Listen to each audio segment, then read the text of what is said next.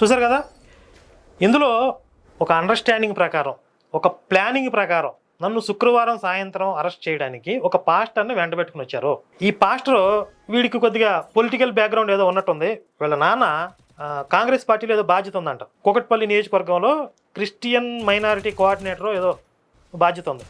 అంటే కాస్త political influence ఉంది కాబట్టి పోలీసులతో పాటు మా ఆఫీస్కి రాగలిగాడా, లేదా పంజగుట్ట పోలీస్ స్టేషన్లో ఒక అధికారి, ఒక క్రిస్టియన్ ఆఫీసర్ ఉన్నాడు, మాకు ఇన్ఫర్మేషన్, ఇంటర్నల్గా ఉన్నాడు ఇన్ఫర్మేషన్, అతను పర్సనల్ ఇంట్రెస్ట్తో నా మీద యాంటీగా వర్క్ చేస్తున్నాడు ఈ కేసుని అని చెప్పి మాకు ఉన్నటువంటి అంతర్గత సమాచారం.